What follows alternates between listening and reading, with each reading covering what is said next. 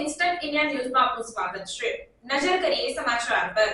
વડોદરા શહેરમાં રોજબરોજ દારૂના વ્યાપારની ઘટનાઓ સામે આવતી હોય છે, તેવામાં ફરી એક વાર બીજી ઘટના સામે આવી છે. વડોદરા શહેરના જેતલપુર વિસ્તારમાં બ્રિજ ઉતરતાની સાથે આવેલી સયાજી હોટલની સામે સૂર્ય પેલેસ હોટલની બાજુમાં બુટલેગરો દ્વારા ફૂટપાથ પર ઝોપડા બાંધીને દેશી દારૂનો વેપાર કરવામાં આવી રહ્યો છે. તેઓ કોઈપણ જાતની બીક કે ડર વિના ખુલ્લેઆમ દારૂનો બેફામ ધંધો ચલાવી રહ્યા છે.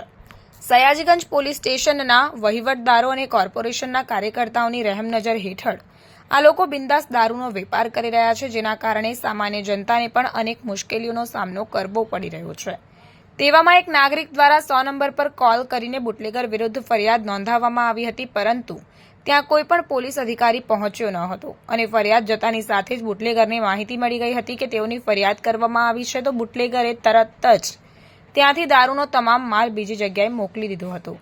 આ પરથી ખબર પડે છે કે દારૂના વેપારીઓને કેટલો સાથ સહકાર મળી રહ્યો છે. આ બધી ઘટના પોલીસની નજરો હેઠળ થઈ રહી છે, તે છતાં કોઈ પણ જાતનો એક્શન લેવામાં આવતું નથી, જેના કારણે આ લોકો પ્રોત્સાહિત થઈ રહ્યા છે અને આવા બીજા ખોટા કાર્ય કરવા સજાગ થઈ રહ્યા છે.